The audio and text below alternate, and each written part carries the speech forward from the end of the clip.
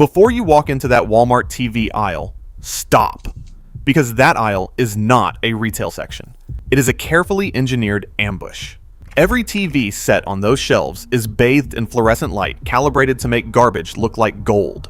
The contrast looks punchy. The colors look vivid. The prices look unbelievable.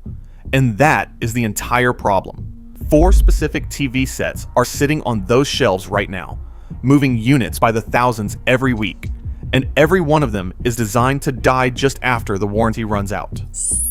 Today, we are going through all 4, from the mildly problematic to the absolute worst thing you can bring into your home. By the end, you will know exactly what to walk past and exactly why these things are still on the shelf. If you have ever regretted a TV purchase, subscribe right now. This channel exists so that never happens to you again. Let us start with number 4, the one that looks like a bargain, but is actually just the beginning of a much more expensive mistake. TCL's 3 Series and 4 Series. Now before you close the tab, hear this out. TCL makes genuinely excellent TVs. Their 5 Series and 6 Series are some of the best value in the entire market. Consumer Reports consistently rates their mid-range lineup as a top performer. That reputation is real, and it is earned. But that same reputation is exactly the weapon TCL uses against you at the low end. The 3 Series and 4 Series exist for one reason: to get the TCL logo into your cart at the lowest possible price. The moment you cross below that threshold, the engineering changes completely. The processor is so underpowered that the Roku interface, normally one of the fastest and cleanest smart TV platforms available, starts lagging, stuttering, and occasionally freezing on the same hardware that should make it shine. You are not getting a cheaper version of the good TCL. You are getting a different product that shares a logo. The panels in these entry-level models use the cheapest available backlight configurations, with no local dimming whatsoever. Dark scenes produce that familiar cloudy gray instead of black. Motion handling and fast content, like sports, turns into a smeared, trailing mess. The build quality drops off a cliff. The stands wobble. The bezels creak. These are not TVs built to last 5 years in a living room. They are built to last long enough that you do not return them within the 90-day window. The trap here is purely psychological. You see TCL on the box. You remember reading that TCL beats Samsung in picture tests, and you assume that reputation extends through the entire lineup. It does not. The good TCL starts at the 5 Series. Everything below that is a budget product wearing a trusted name. Walk past the 3 Series and the 4 Series. While we are talking about trusted names being used against you, subscribe if you want to know which Walmart TVs are actually worth buying. We cover that too. Number 3 is RCA. This requires a short history lesson that will permanently change how you read a brand name on a television box. There was a time when RCA was one of the most important technology companies in American history. They built infrastructure for commercial radio and developed early color television standards. The old RCA tube televisions were built with engineering pride that made them last for decades. Your grandparents did not imagine that reputation. It was real. That company is gone.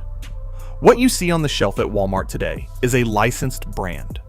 Some years ago, the RCA brand name was sold off, separated entirely from any manufacturing operation, and leased out to whoever would pay for the right to print those 3 letters on a box.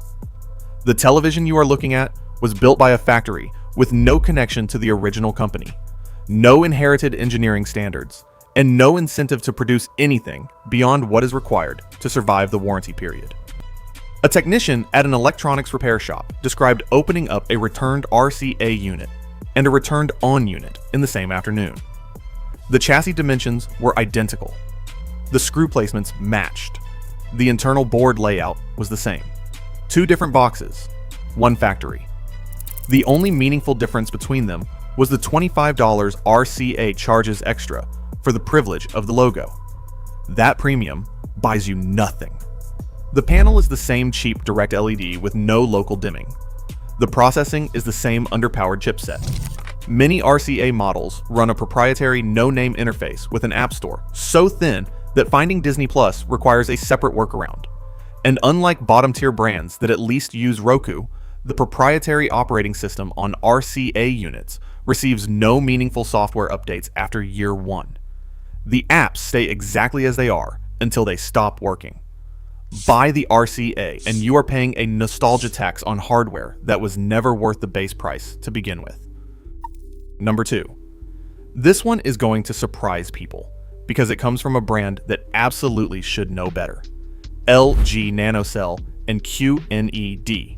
LG makes the best televisions on Earth. Their OLED lineup is the benchmark against which every other premium screen is measured. That is not an opinion. It is the consensus of every serious testing lab that has evaluated their G Series and C Series panels. LG's OLED reputation is completely legitimate, which is exactly why LG's non-OLED lineup at Walmart is such a calculated betrayal of the consumer who trusts that name. NanoCell and QNED are LG's LED backlit product lines, and they are positioned on the shelf in a way that allows a casual shopper to walk away believing they bought something related to the premium LG they have heard about. The marketing language is carefully engineered to sound advanced. NanoCell technology, quantum nanocell. These phrases mean almost nothing in terms of real-world picture performance, but they sound like they belong next to OLED in a conversation about cutting-edge displays. Rtings laboratory data tells a different story. The NanoCell panels in Walmart's price range produce contrast ratios that sit well below what competing mini LED sets from TCL and Hisense deliver at the same price. Local dimming performance on the QNED models that do include it is inconsistent and produces visible blooming around bright objects. The IPS panel variants have viewing angles that are better than VA alternatives, but they come with a contrast penalty that makes dark scenes look washed out at any ambient light level.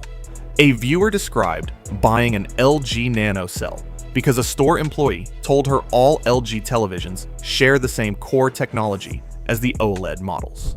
She set it up, turned off the lights, and spent the first 10 minutes confused about why dark scenes looked so flat and gray compared to the LG television her brother owned. Her brother had a C-Series OLED. She had a NanoCell. Same logo. Nothing else in common. LG knows exactly what they are doing. The NanoCell and QNED lines exist to capture the buyer who trusts the LG name, but cannot reach OLED pricing. They are not bad televisions in an absolute sense. They are bad value, given what the LG logo has been trained to signal. You are paying a brand premium for a product that a comparably priced TCL 6 Series or Hisense U7 will outperform on every measurable metric that matters in a living room. And now, number 1. The one you have probably already seen in someone's living room, garage, or college dorm room. The one with the price tag so low, it seems like a mistake. Onan, Walmart's own house brand. Understanding what ON actually is requires understanding what Walmart is trying to accomplish with it. ON is not a television manufacturer. ON is a price point. Walmart identified the segment where consumers make purely emotional impulse decisions based on screen size and sticker shock, and built a product to capture every dollar in that segment. The engineering brief for an ON television is not to build a good TV at a low price. It is to build something that passes a power-on test, survives the return window, and costs as little as possible to make. The results of that brief are exactly what you would expect. The processor inside an ON unit is operating at a level of performance that makes the already struggling entry-level TCL look sophisticated by comparison. Menus take seconds to respond. Apps crash during normal use. The Roku interface, which is fast on proper hardware, turns sluggish and unreliable when strapped to a processor that cannot keep up with the demands of a modern streaming platform. The panel fails basic laboratory benchmarks. Black levels produce the kind of muddy gray that makes night scenes look like they were shot through frosted glass. Brightness in standard viewing is so low that any window in the room becomes a competing light source the screen cannot overcome. And the physical construction is built with plastic so thin the unit feels unstable on any surface. Dennis bought a 65-inch ON for his living room last spring. 4 months later, he wrote to us. The backlight had failed entirely. He spent 11 weeks in a warranty loop of hold music, transferred departments, and repeated documentation requests. The resolution was a partial store credit that did not cover a replacement. He told us the $220 he saved up front ended up costing him $400 once he added the replacement cost, wasted time, and the mounting hardware already installed for the original unit. That is the on-business model laid bare. The price is not a deal. It is a down payment on a more expensive mistake. You are not buying a television. You are renting a screen for approximately 12 to 18 months, at which point the bill arrives at the worst possible time.